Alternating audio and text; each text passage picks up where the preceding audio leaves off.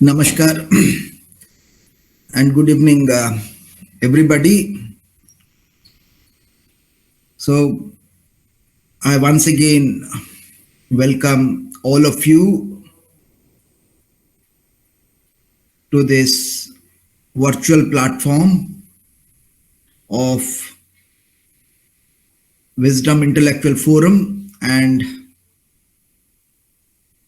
Philosophy Family to discuss on various issues in Western philosophy in the ongoing webinar series on Western philosophy. Well, we had a number of talks over the past few weeks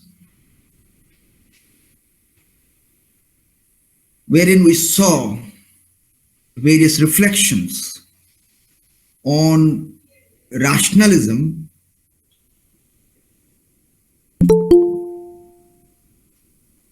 by making a reference to Descartes, Spinoza, and Leibniz. And during the course of the last lecture, wherein Professor Pramod spoke on the general claims of rationalism, wherein he saw that rationalism does provide universal, necessary, or some sort of self evident truths that it makes a claim of. But in a way, these claims somehow lack objectivity. In order that knowledge can be claimed to be objective,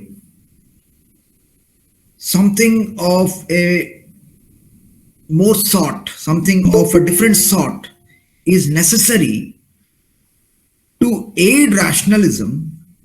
Well, it would be wrong to deny rationalism. Rather, I say something of a different sort is necessary to aid rationalism, to support rationalism, to arrive at a sort of knowledge that has, apart from being, say, necessary, self evident, or universal, whatever the rationalists claim, apart from that, it would have a place for objectivity. So, with that thread, we are moving into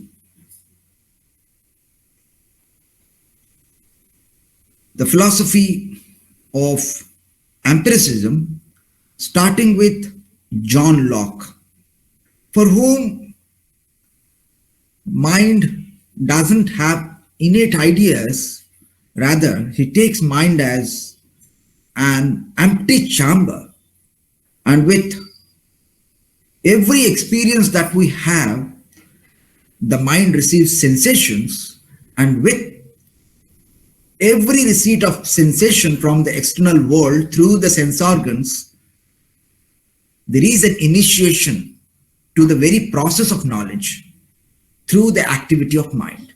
But mind initially is an empty chamber for John Locke. And this is the issue that Professor Das will be discussing in this series today. So let's see how Professor Das takes this issue, having a reference to John Locke and also expressing some innovative trends to this thought, how he tries to move to make a step to or make an inroad to empiricism. Let us all move to Professor Das for the lecture. Over to Professor Das.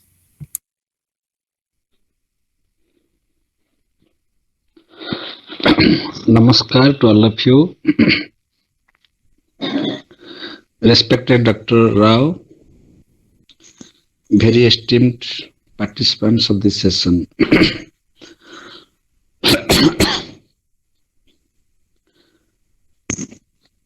Today we have a very beautiful topic we are going to start the school of empiricism.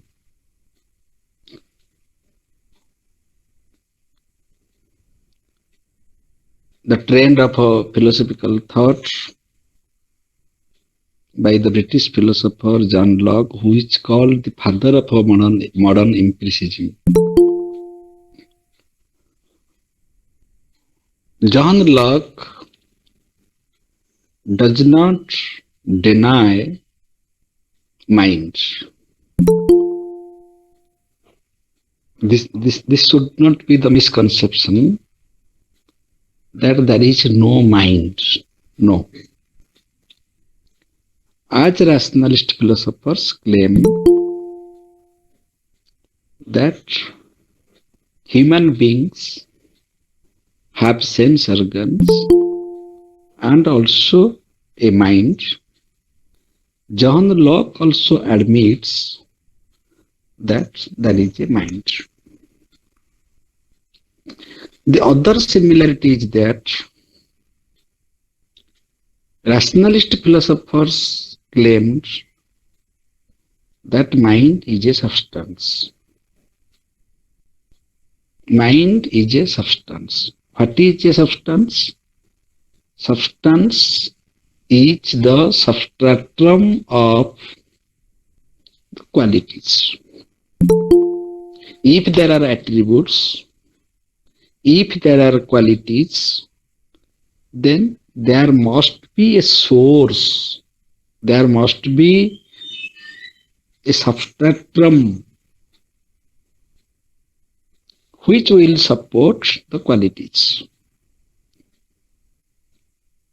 No attributes without a substance.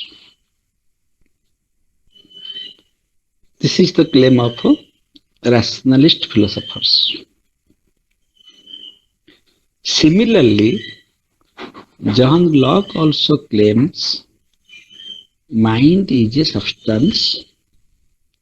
It has a substantial status. So in this connection, John Locke agrees with the rationalist philosophers. Number one, there is a mind. Number two, mind is a substance.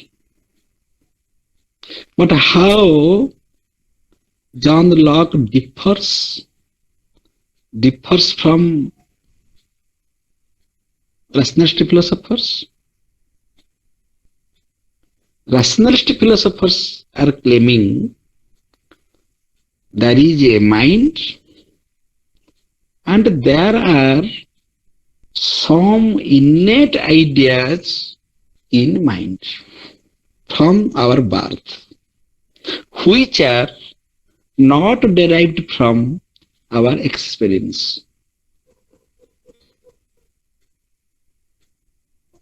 On the contrary, John Locke claims that there is no such innate idea in our mind. In this connection, John Locke differs from rationalist philosophers. Number two, this second difference is that John Locke claims the existence of substance, that mind is a substance, that is not known through experience. I admit the existence of substance, but I do not admit the knowledge of substance. Substance is unknown. Then how can you claim the existence of substance? This is through inference, logical inference. There are attributes, therefore it is logically presupposed that there must be a substance.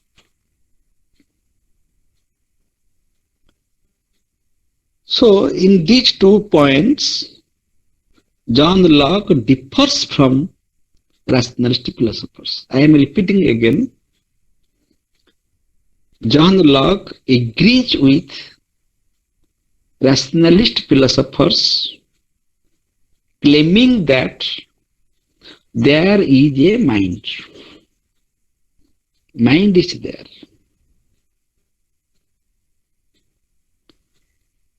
John Locke is not like a radical empiricist who will say that there is no mind as a substance, like David Hume and like Lord Buddha in Indian philosophy and David Hume in Western philosophy. They do not admit mind as a substance. In that sense, they are radical empiricists.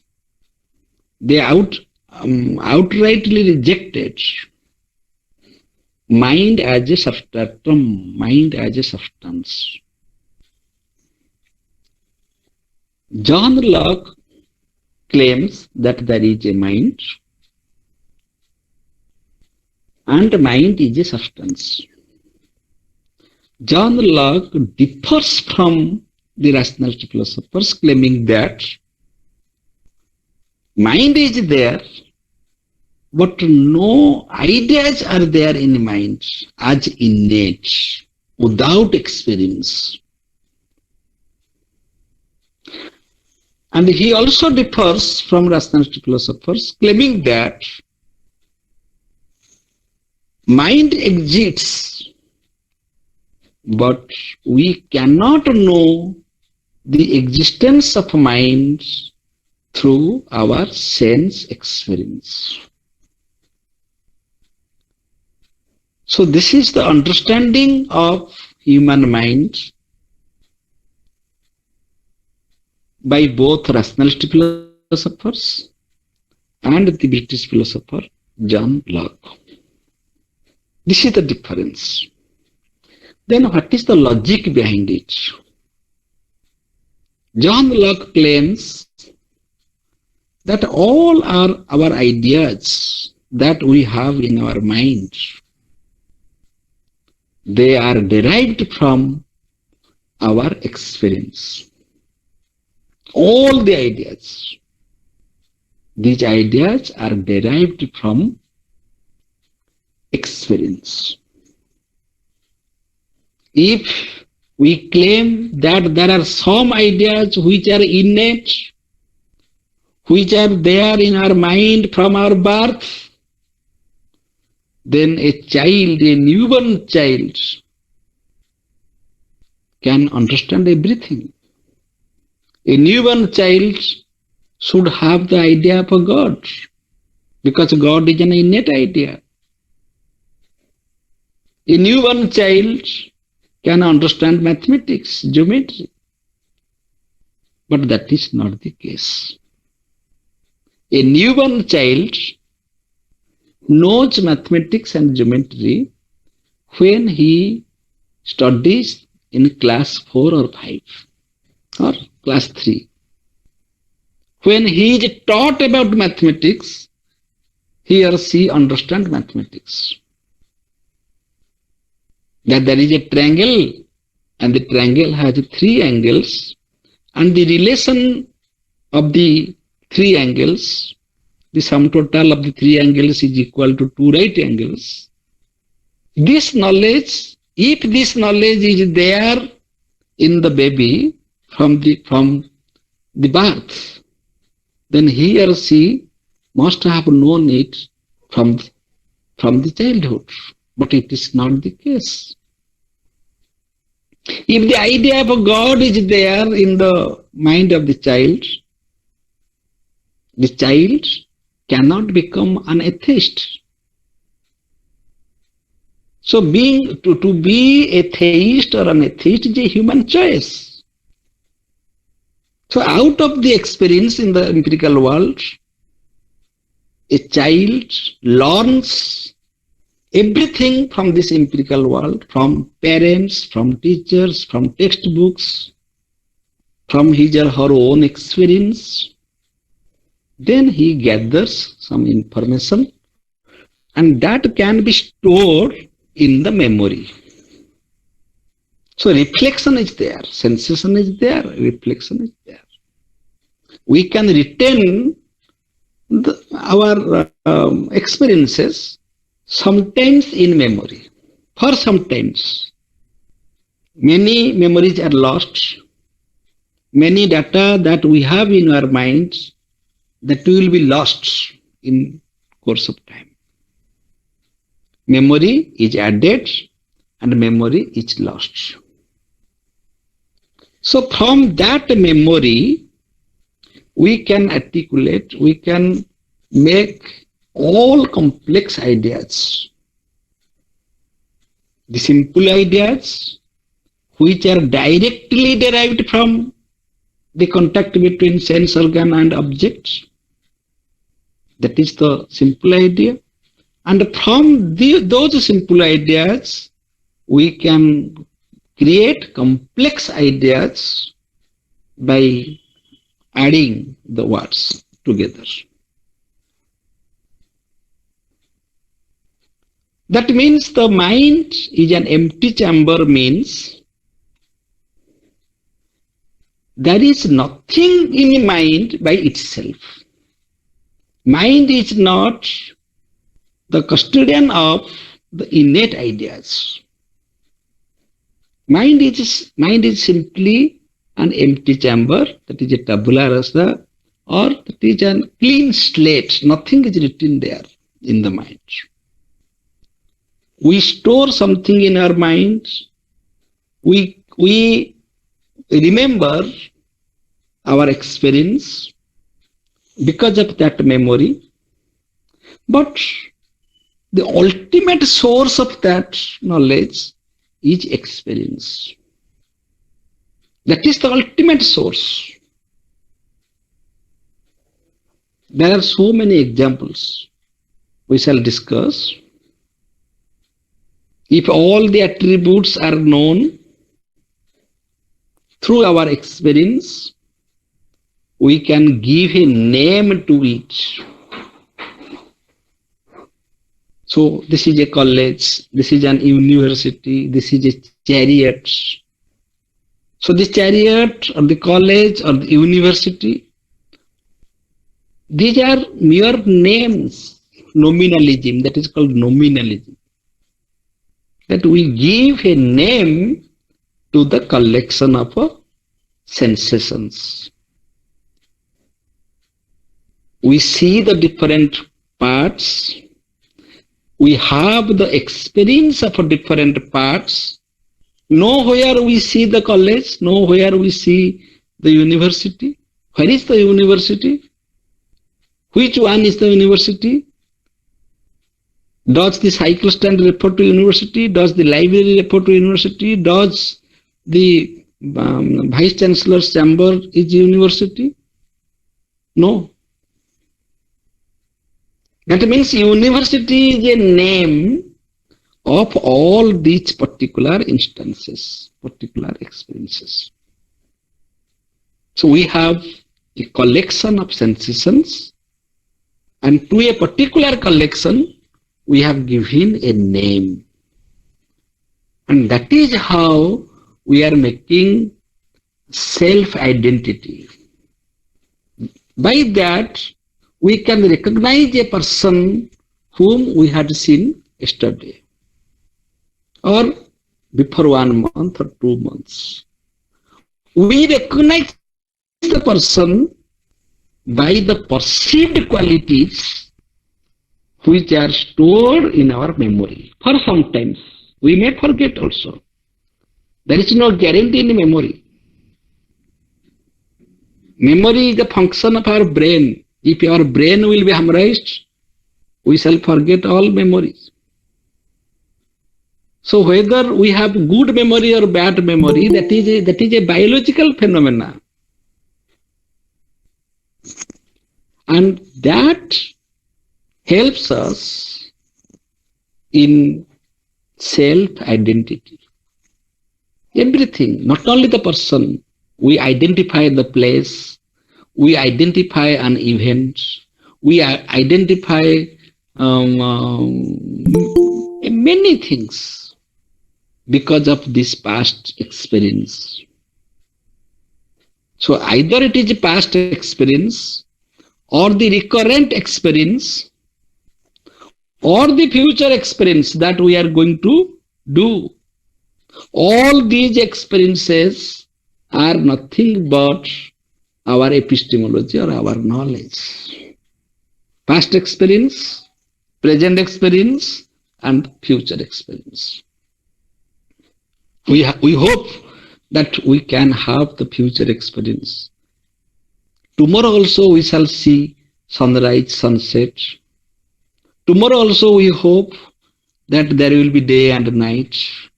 So we are hopeful about the future experience.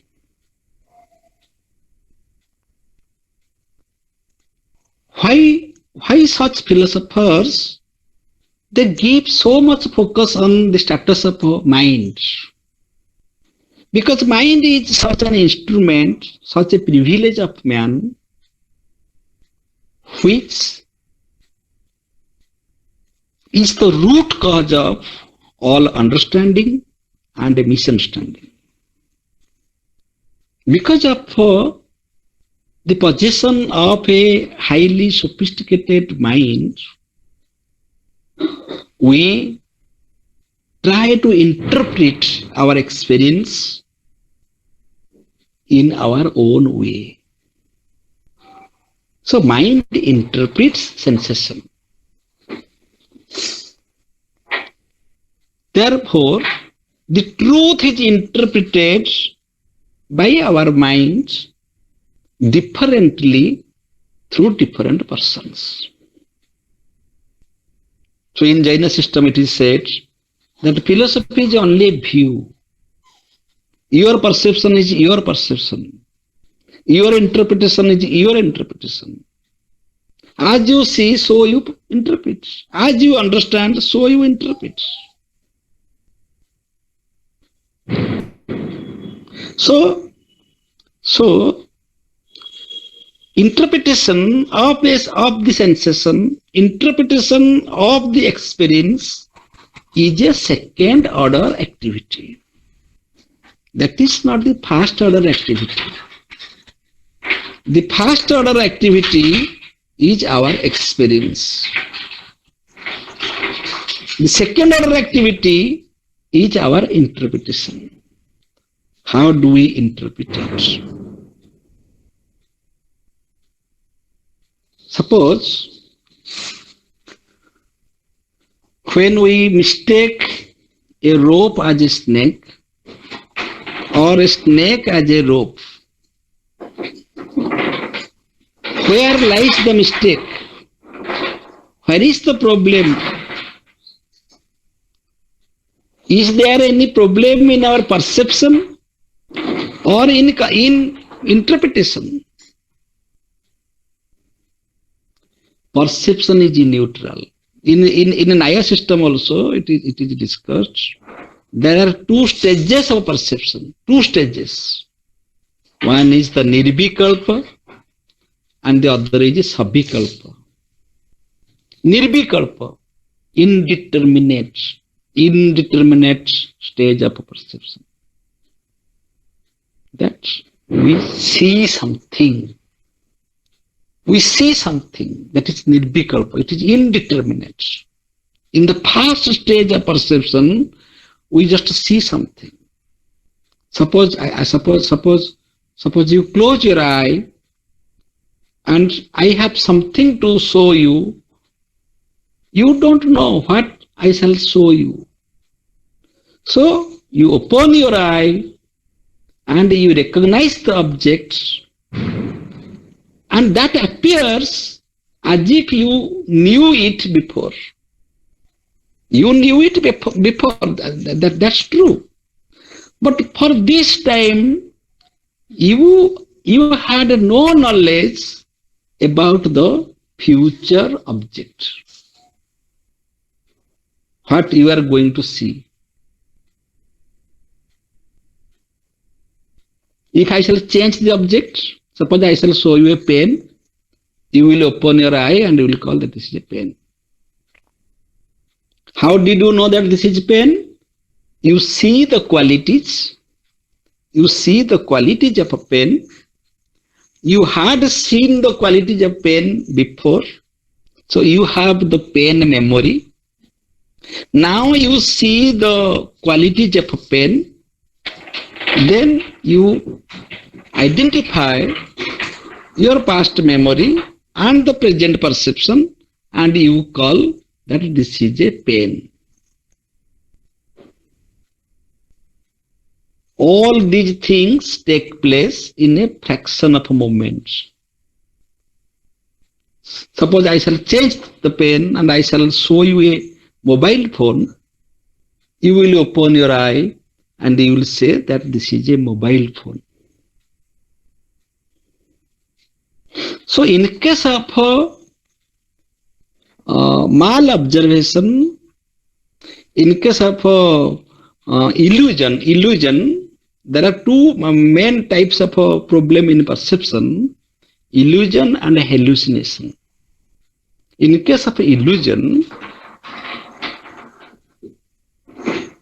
we commit one type of a mistake, and in case of hallucination, we commit another type of a mistake. In case of illusion, there is something, but we perceive something else. There is a rope, but we perceive it as a snake. In hallucination, there is nothing, but we see something. Something is misperceived as something in illusion. Nothing is perceived as something in hallucination.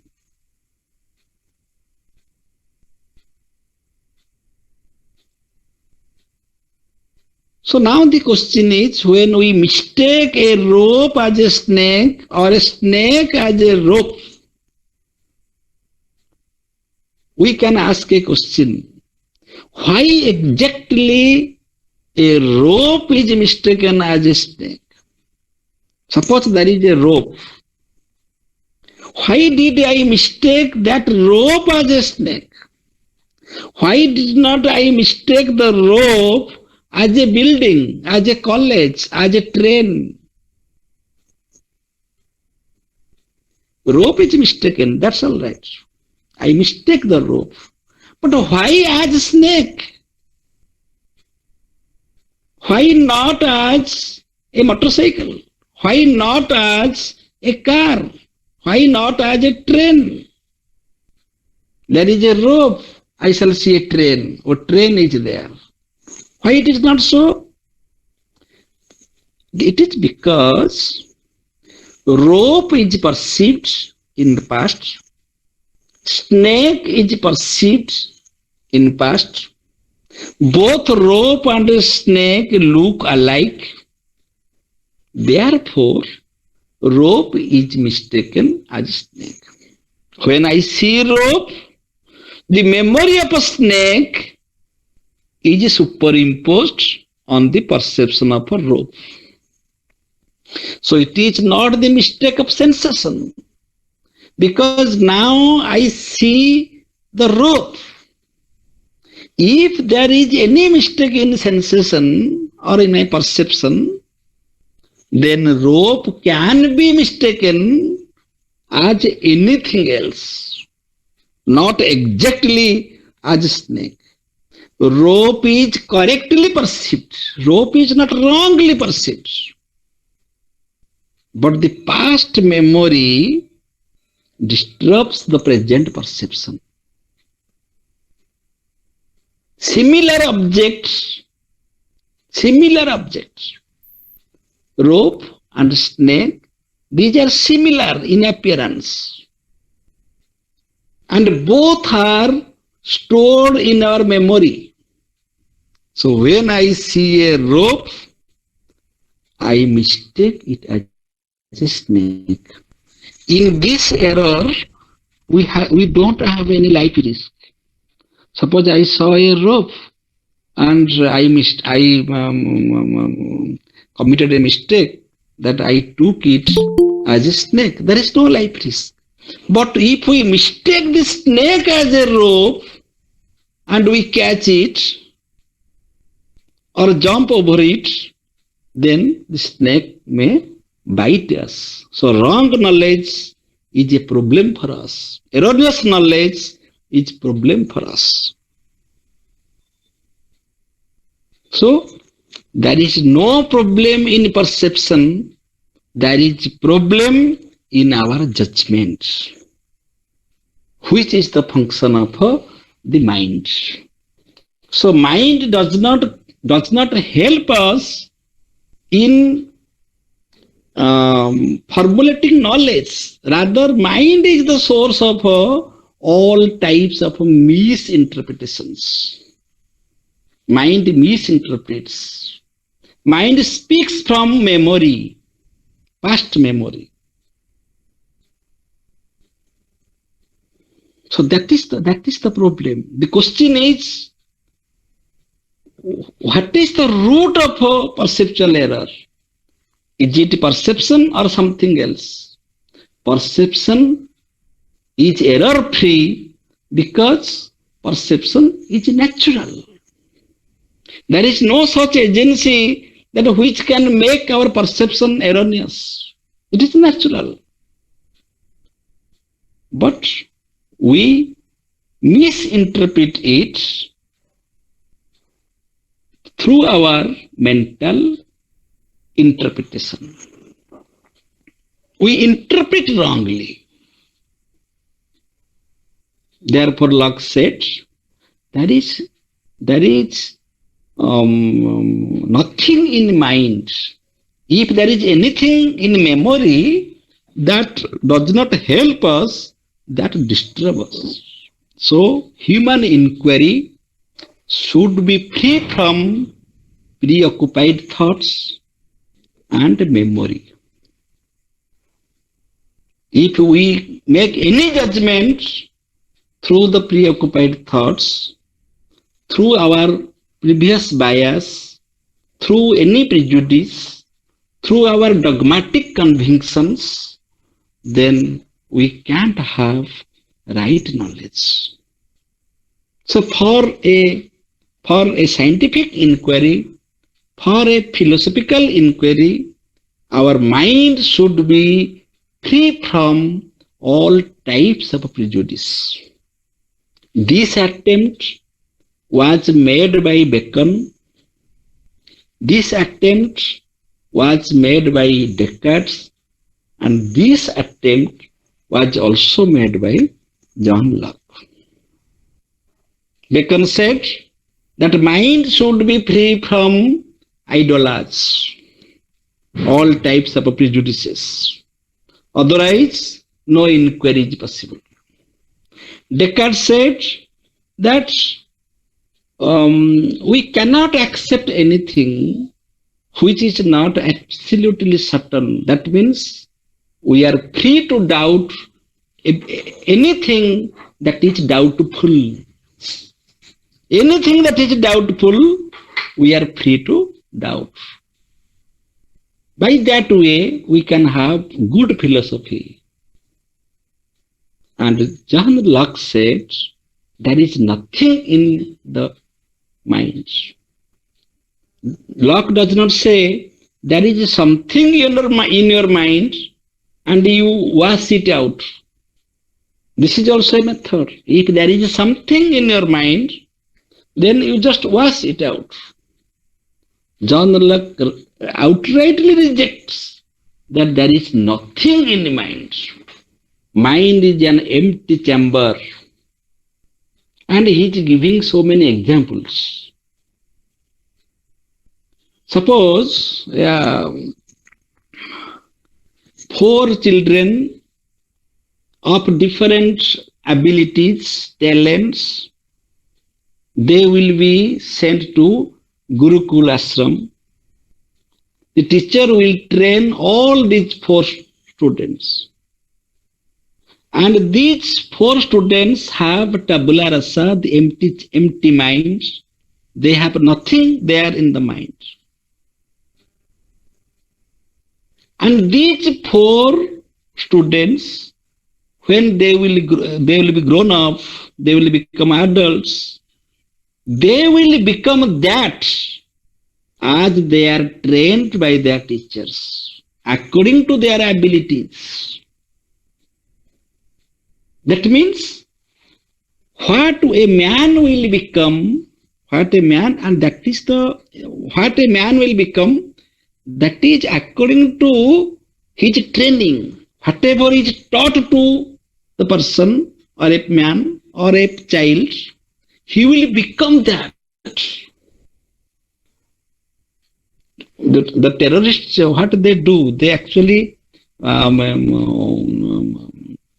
they do, they make brainwash. Brainwash means, suppose you have some beliefs, you have some strong beliefs, convictions, they will wash it out.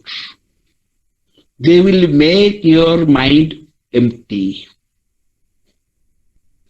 Then they will they will give the input of violence, that how to kill others, violent pictures, videos, all these things they will install in your mind and you will become a terrorist.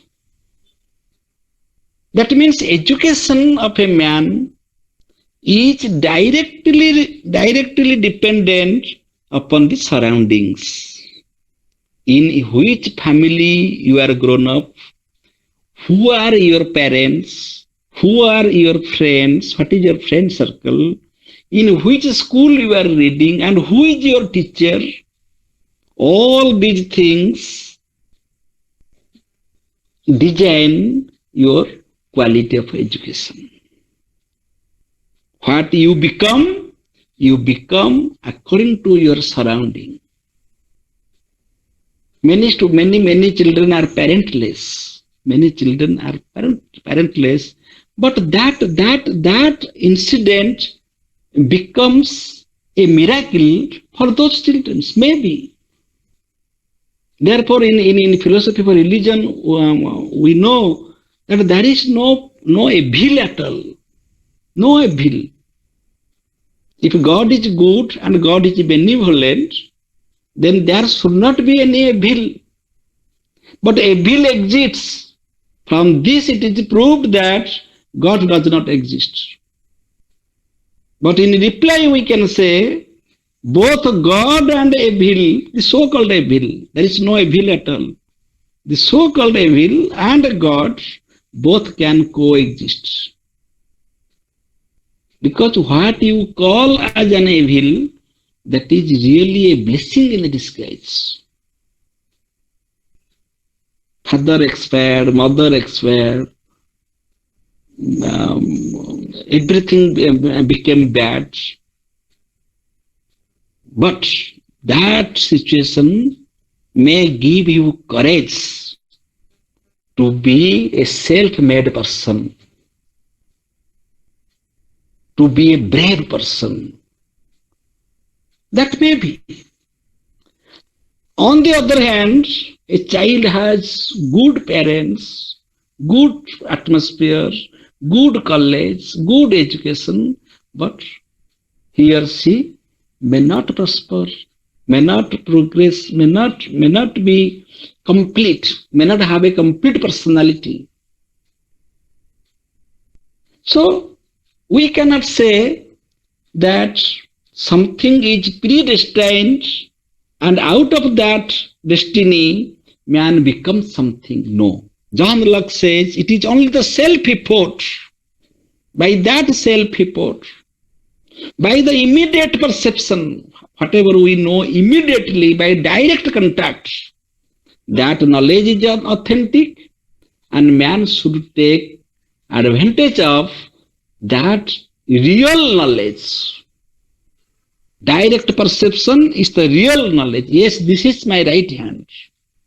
There is no doubt at all. Don't make it a philosophy. This is my right hand. Now I am speaking. This is night. All these are common sense philosophy.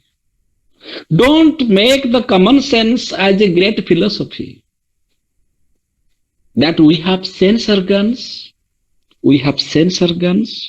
and through these sense organs, we can perceive the world. This is common sense. There is no philosophy in it. There is no speculation in it. There is no hypothesis in it. There is no need of deduction in it. No question of intuition. Because the perception is directly perceived, directly known. I know, I perceive. So this is the most authentic source of knowledge, that I perceive. Perceive here, now. Here I perceive. Now I perceive. Now I am gaining knowledge. And that knowledge is the direct knowledge. Without understanding this, we are roaming here and there through this interpretation, through that interpretation, what Plato said, what Socrates said, what Rama said, what Hari rejected. All these things we are taking unnecessarily. Don't philosophize. Don't speculate unnecessarily. Accept that which can only be perceived through your experience. And experience is the only source of knowledge, and there is no such innate idea. No such innate idea. If a child knows mathematical equations or geometrical truth, he or she knows it when it is taught to that child. He or she knows it through experience. Experience means a teacher is teaching or parents are teaching. Then a child does not know what is a triangle. A child may not have any idea of, he or she may not have any interest that a triangle has three angles, and all these three angles will be equal to two right angles. Number one. Number two, if we have innate ideas and innate moral ideas, or the idea of a God, then every person should have a common idea of a God. If idea of a God is innate, if this idea is there in our mind from our birth, then everybody should have a common idea of a God. But what we see, we have different types of interpretations about God. We have different ideas of a God. Many people believe in one God. Many people believe in 33 crores of God. Many people believe in Lord Shiva. Many people believe in Allah. Many people believe in Jesus Christ. So there are many types of interpretations. Where from these interpretations come? Where from? This is all these interpretations come from our society. From our society. Because I am born in a society, I am born in a family, I am born in a geographical area, I am born with a religion, with a brand religion, whatever it may be. I don't name any religion, but I am born with a brand religion. That is not innate. That is the condition of my birth. That is my experience. I experience that. So if the idea of a God is innate in my mind, then my understanding of a God must be equal to the understanding of a God of others. All should have a common understanding of mind. But this is not the case. Number one. Number two, if the moral principles are innate, moral principles all have the idea of virtue, all have that idea, the innate ideas of morality, then everybody should be equally moral. If the moral principles are innate, they are just like mathematics. As Spinoza said, one should be moral like the geometrical truths. As the triangle has three angles, it is universal, it is necessary. Similarly, our moral commitment should be universal and necessary. Immanuel Kant also said that. Categorical imperative. Duty should be done for the sake of duty. No compromise at all in morality. If this is so, then people should not be interested in contextuality. But what we see? We all give importance to a context. So context means it is experience. Context means it is new. It is new to our experience. We don't know which context will come in which time. We don't know. We always see the context fresh. There is no pre-context. The context is always post-experience. I see a context and I act accordingly.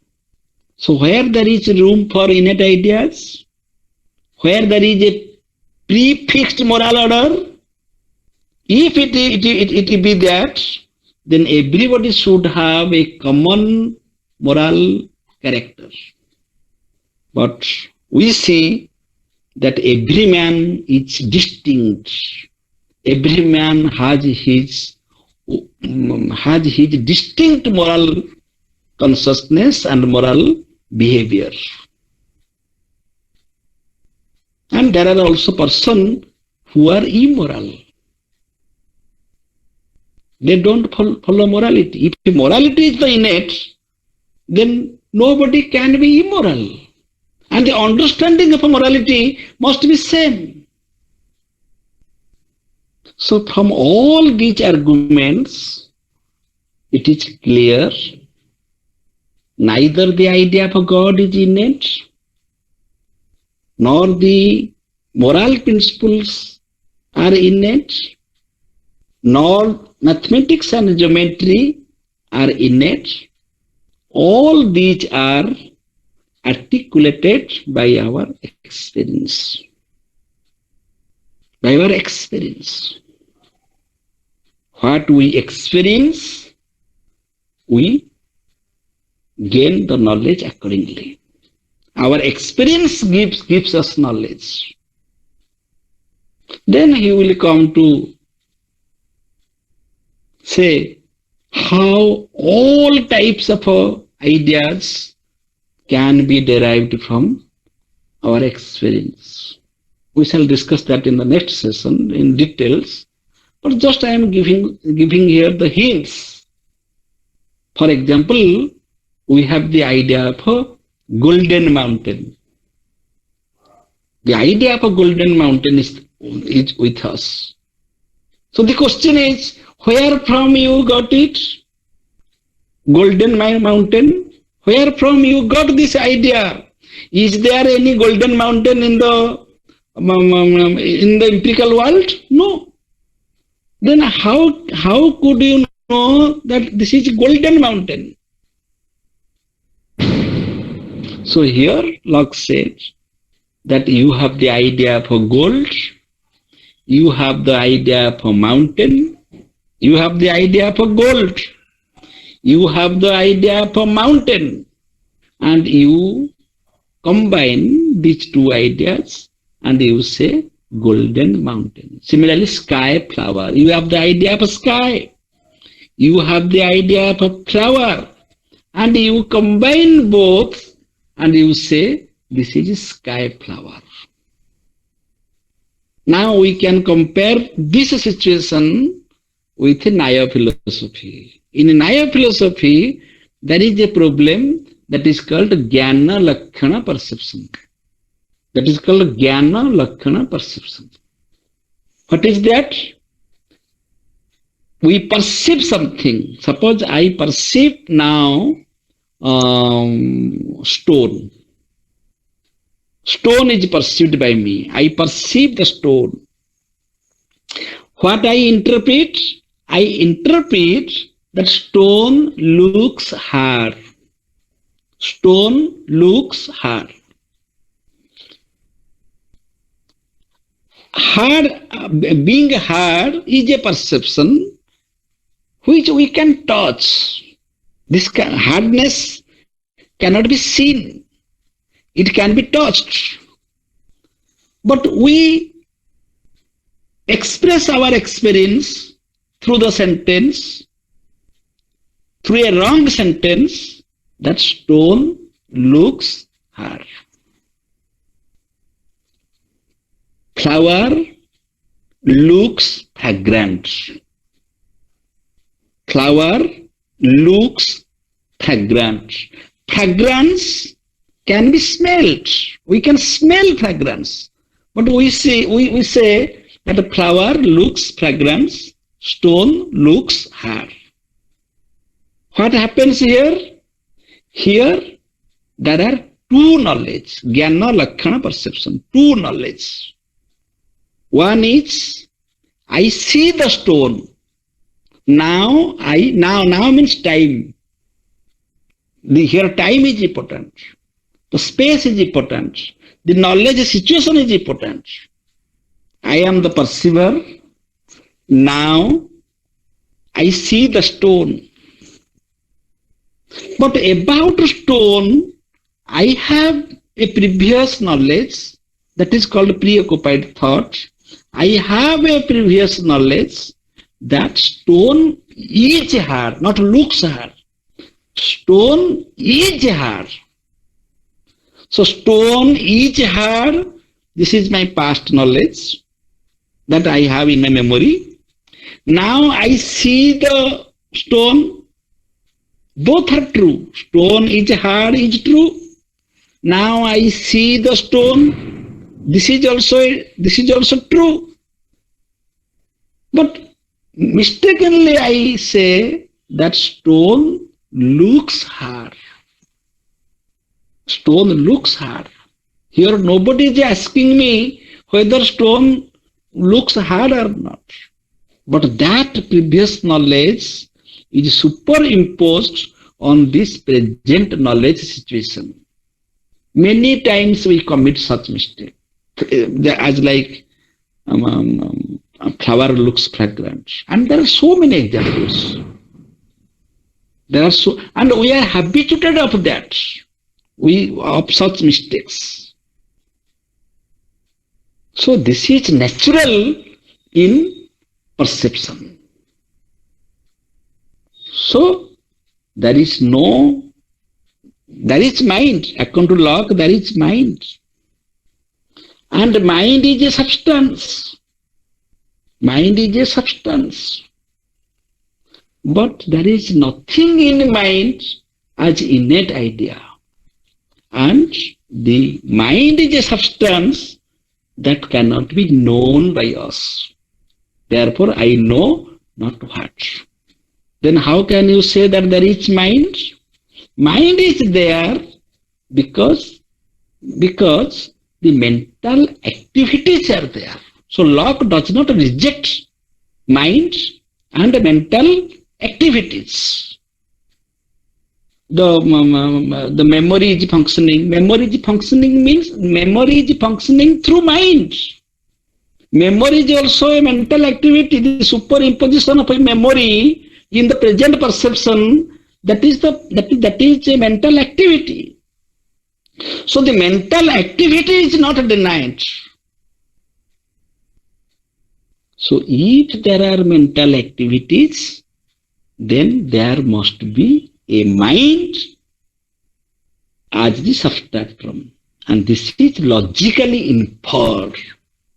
This is not physically perceived. This is logically inferred.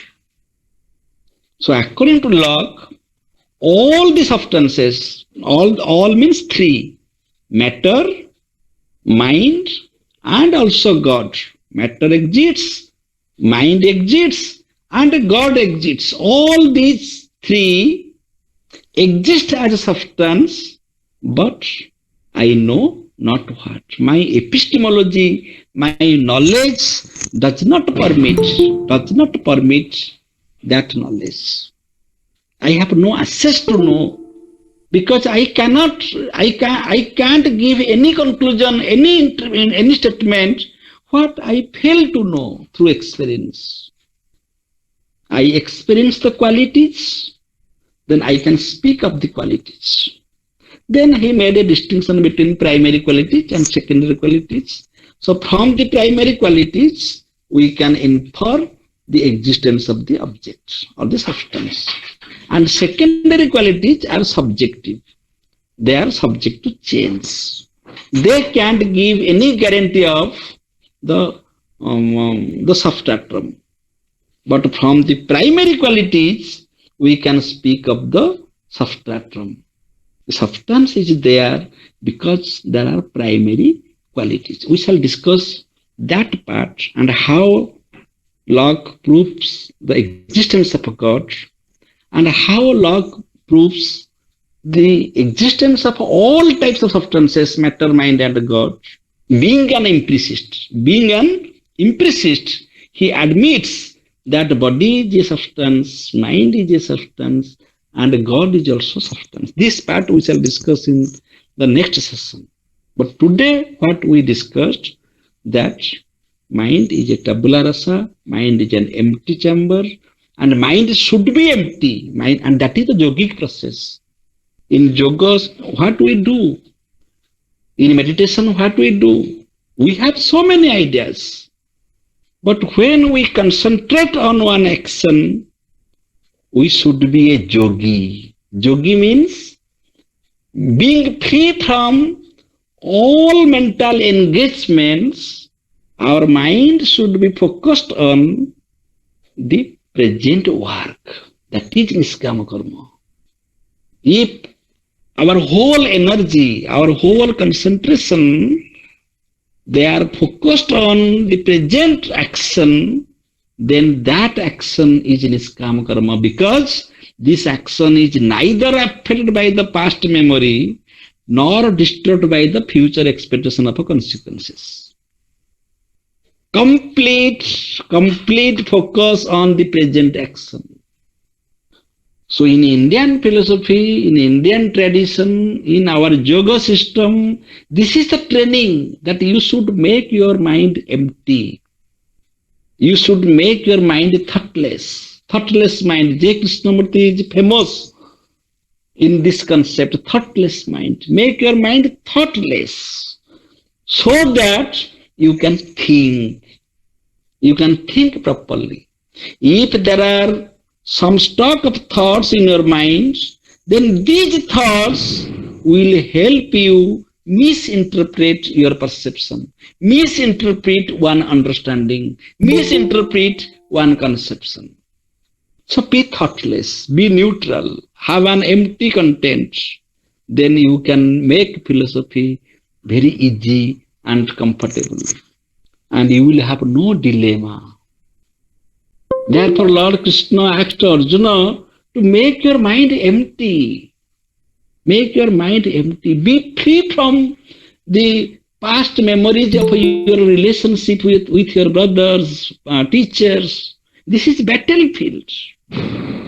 Here a soldier should have an empty mind, and he should have the only concentration to fight with enemies and to protect dharma.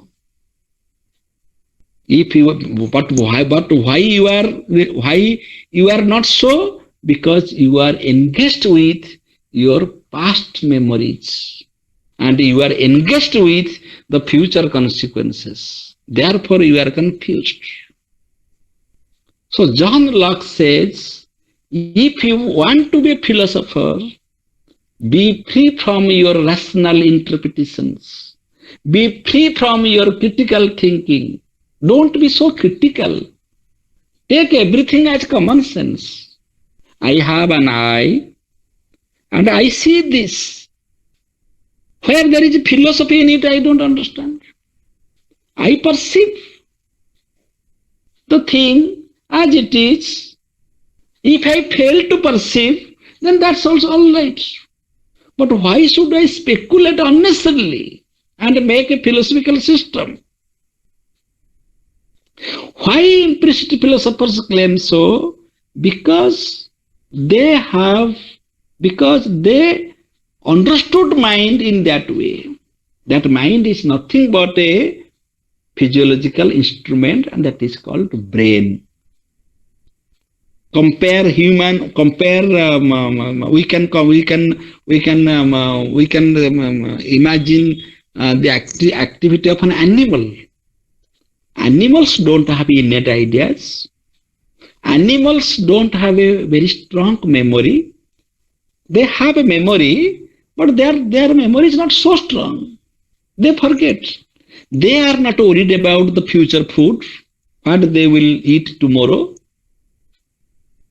They are directly concerned with the present experience, animals. And man is an animal. Man is an animal. Man has all the qualities of animals. And basically, human epistemology is rooted in experience, like animals. If man has a mind, that mental activities should be used in a proper way. In a proper way, not that mind shall accumulate so many preoccupied thoughts, so many anxieties, so many misunderstandings, misinterpretations, and that will affect his philosophical pursuit. That will affect his personality. That will disturb his behavior, disturb his mode of action. So everybody should have a very clean mind. Be clean. Be clean. Have a clean mind. Have a free mind. Therefore, in the interview, in IS interview, and in all types of interview, they never ask critical questions in the beginning. They behave very casually because they want to make the interview very natural. That don't be disturbed. We are not here to harsh to torture you anyway. We are not giving you any mental torture being an expert in an interview board. Be very relaxed, comfortable. Have your empty mind. Feel relaxed. Then they start asking question one after another. And that should be the quality of a teacher. That a student can ask any question to the teacher with a free mind, an open mind, with an empty mind. That is, to teacher, a student should not have the impression that if I shall ask this question, the teacher will be annoyed. Even such impressions should not be there in the mind of a student. So the mind of a student should be very clean. Should be very clean. So take 5 minutes in the classroom to have a proper ambience, proper atmosphere to start teaching. Don't teach mechanically. Make them comfortable. Make the students comfortable. Make the students empty. Make the students free so that they can receive the teacher. So in this session, we just discussed about the limit of human understanding. John Locke has written a book, an essay concerning human understanding, and also another book, very famous book on education. But today we discussed about the limit of human understanding. That our understanding is limited to our experience. Thank you.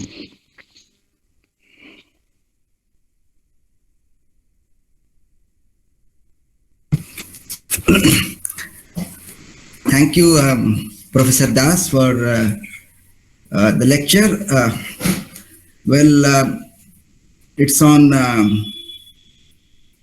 mind as an empty chamber. Well, two things. Actually, academically speaking, this title requires only two things to carry on. Just two things. First is the refutation of innate ideas, and the second thing is mind at the time of birth is totally empty. So these are the two things that require consideration. I repeat, the refutation of innate ideas, which Descartes speaks of, that mind has innate ideas naturally. But Locke takes the position that mind at the time of birth is an empty slate, as an empty chamber. Why? Well, through the entire discussion and adding it up, let me tell why Locke refuted the innate ideas. First of all, if there are innate ideas, then these ideas could have been seen commonly in everybody. Say insane people, idiots, and children. But it's not so. So that's why there are no innate ideas, number one. Number two, the rationalists, they fail to give any sort of criterion to suggest which ideas are innate. So again, that's a problem. Now the third thing is, if the knowledge comes out of the innate ideas, the so-called innate ideas, then knowledge would always be analytic. It would never be synthetic. Okay, so these are the problems. To add more problems, the fourth one, you can say something like this. The so-called innate ideas, okay, are actually acquired through experience, and not that they are present at the time of the child's at the time of birth of a child. Now again, the moral and religious ideas which Professor Das also talked of, they are, well, Locke refutes these ideas to be innate, because these ideas are never universal, again, because innateness should come with universality. So Locke refutes even religious and moral ideas as being innate. Now again, when Professor Das speaks of mathematics, geometry, and all that, he makes what he means to say is the various sorts of laws, say law of identity, law of contradiction, all these, they are not innate ideas. Rather, they are truths that are framed out. They are the general truths that have been framed out, and they cannot be claimed to be innate. Now, again, to suggest, the rationalists claim universality as a mark of innateness, but it is not actually so. Say there may be certain truths which are universal without being innate. Say the ideas of heat, cold, etc. They are universal ideas without being innate. So this is how Locke tries to refute the innate ideas. Having refuted the innate ideas, he says mind at the time of birth is completely empty. It is out of experience that certain impressions do come onto the mind to constitute a sort of knowledge. And that's why he says knowledge is a posteriori, it comes out of experience. So to start with, for the knowledge to be possible, well, Professor Das admitted there is a mind as a substance, but that mind is empty, the clean slate. And out of experience, impressions are marked on that empty slate, on that empty chamber. How do the impressions come? The impressions come out of the outer and the inner sense experience. So this is the basic framework of this is the framework of mind as an empty chamber. So then having these impressions are not connected again. We have five sense organs. These five sense organs, they will get the sensations, they will get the impressions, and then there will be a unifying activity. Which, because there is a mind and there is a function in the mind, a unifying activity is carried by the mind from the sensations, and then the knowledge part will actually carry on. But one thing which Professor Das could have not talked these things in this particular section, the thoughtless mind. Any talk of thoughtless mind assumes the bracketing of all the thoughts, bracketing of all experiences which have been accumulated out of the experiences, and that is a later on discussion which would have been taken for discussion at a later stage. Even memories and even fallacious experiences, observations, this would have been, for the time being, this would have been kept on hold for later on discussion. But this talk, two things would have sufficed. Well, he has, through the discussions, have made it, but certain areas like thoughtless mind, fallacious perceptions, memories, that could have been taken for consideration in the later part, in the later discussions. The focus would have been more on how this mind as an empty chamber is constituted and how it works. But anyway, these thoughts, well, this thoughtless mind and all this can be expanded in later discussions. But two things very nicely he made it out: Locke's refutation of finite ideas and Locke's acceptance that there is a mind and there is a clean slate to work on for the possibility of knowledge. So very nicely done, sir. Thank you. So there are questions. Well, let me take a question from Srabani Mishra Madam. She says,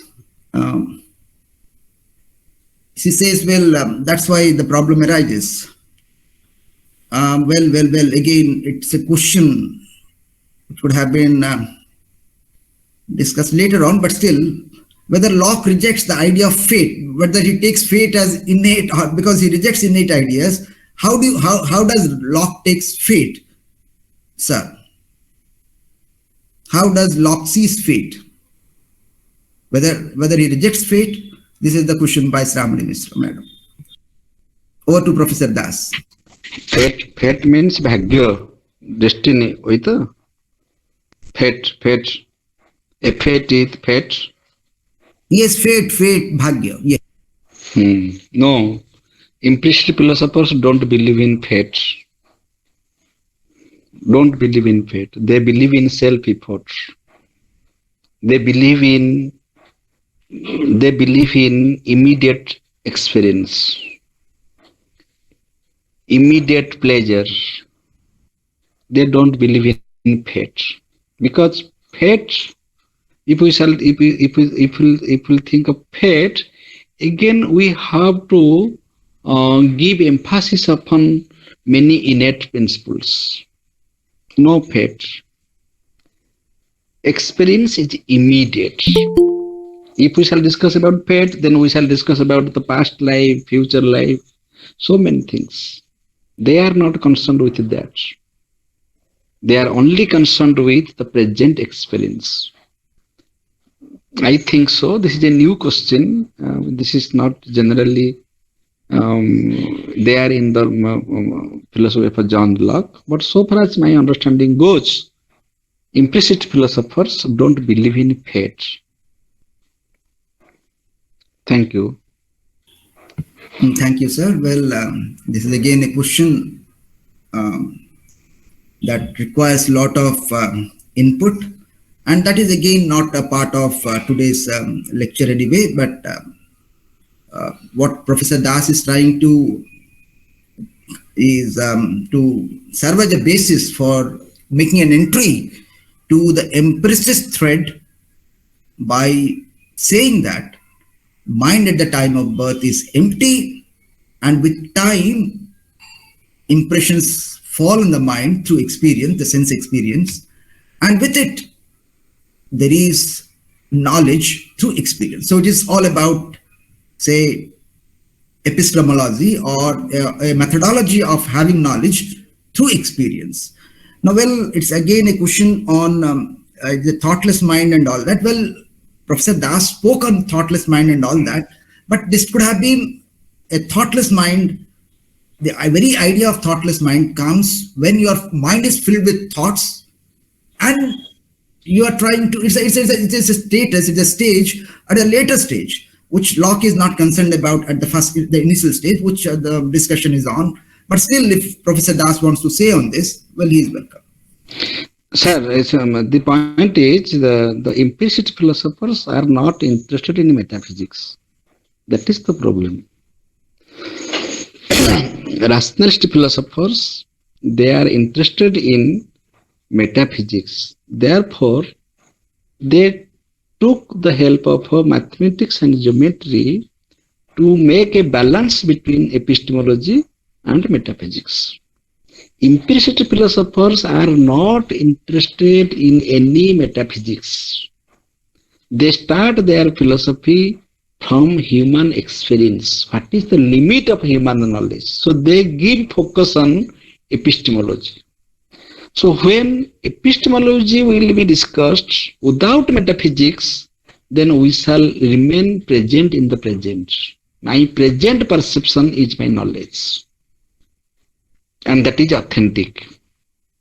This is the position of implicit philosophers. They don't believe in any metaphysical issues. Fate is a metaphysical issue. Fate itself is a metaphysical issue. So that is not entertained in implicit philosophers. But this epistemological method, such questions are not there. Because their starting point is they try to eliminate metaphysical problems through the epistemological methodology. What is the way of your knowledge? If your method of knowledge is empiricism, sense experience, then that is automatically the problems of metaphysics are solved, because we cannot address the metaphysical problems through this methodology. But it is a fact that man knows everything through sense experience. So the intention is different. The intention is we can eliminate metaphysics. Elimination of metaphysics is the interest. We can eliminate metaphysics through a methodology. Therefore, experience is that methodology through which metaphysics can be eliminated. Number one. Rationalist philosophers tried to establish metaphysics. Therefore, they gave the rationalistic methodology. That through this methodology, they can speak of metaphysics. So the question is, there are two groups of people. Some tried to establish metaphysics and some tried to eliminate metaphysics. Those who try to eliminate metaphysics, they reject innate ideas. They reject rationalistic mode of knowing. So this is the point. Well, thank you, sir. Well, Frabadi, Mr. Madam, let me tell you that, Professor Das made a reference to thoughtless mind, but this is not something that is linked with Locke to start with. Thoughtless mind is something to be discussed when one reaches the height of his knowledge, where he can make himself thoughtless, and that is not what John Locke is speaking of. Well, Professor Das made a reference to this. No, today I am not discussing the thoughtless mind. Well, that is the question by Sravani. Yes, I reserve it. You should have I not reserve thoughtless mind today, and even memories and malobservations, because the initial people, they will confuse. That's the problem. Okay, that is not the discussion today, because the discussion is something different, and Professor Das will be coming to thoughtless mind sometime later in a different topic. Okay, thank you, Professor Das. Very good lecture, and many things you spoke of, and you tried to relate very different ideas. So I don't see any more question on the chat box.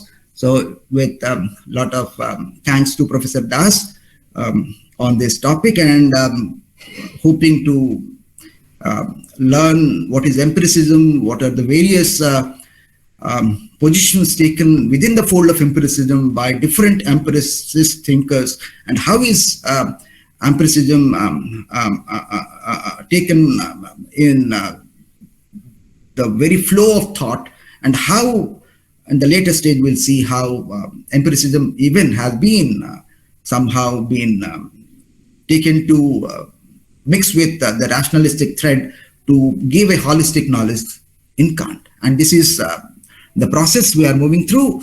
And thank you, Professor Das, for initiating, for giving a general idea on the rationalistic thread and initiating all of us to the empiricist school to move forward in the area of gathering knowledge through experience. Thank you so much. Well, I don't see any question in the chat box, any more question. So with a lot of thanks to the speaker. I now request Swarnalata Tripathi Madam for proposing a vote of thanks. Thank you so much. Now over to Swarnalata Tripathi Madam. Pranam to everybody.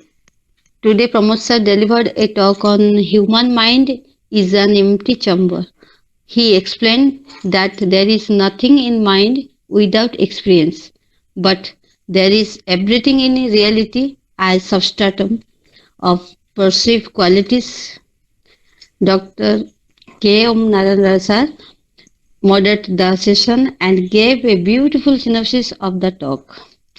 We salute his beautiful coordination with us in all respects. We are grateful to him for his great contribution for the academic pursuit. We thank all the participants for participating in the discussion. We shall meet again tomorrow with our Sunday program in Philosophy Family. Thank you all. Pranam.